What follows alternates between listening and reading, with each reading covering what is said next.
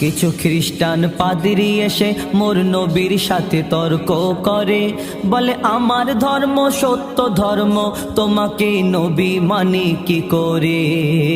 নবী বলে দুই ধর্মের লোক কাল চলো এক ময়দানে, কার ধর্ম সঠিক হবে প্রমাণ হবে সেইখানে।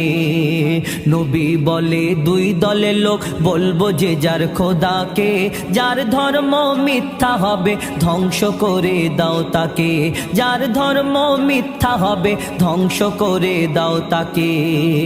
খ্রিস্টানেরা দল বল নিয়ে সেই ময়দানে হাজির হয়, আলী ফাতেমা হাসান হোসেনকে নিয়ে নবী সেথায় পৌঁছে যায়।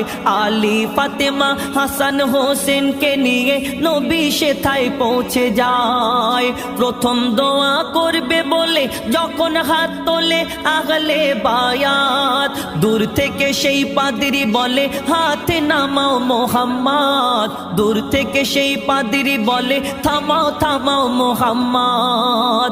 তোমার হাতের সাথে ওই শিশু দুটি যখন হাত ওঠালো, ওই শিশুদের দোয়ায় সব ধ্বংস হবে কে যেন বলে গেল, ওই শিশুদের দোয়ায় সব ধ্বংস হবে কে যেন বলে গেল।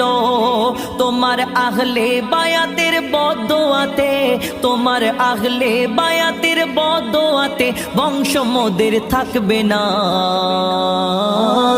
তোমার ধর্ম সত্য ধর্ম, তর্ক যে আর করব না।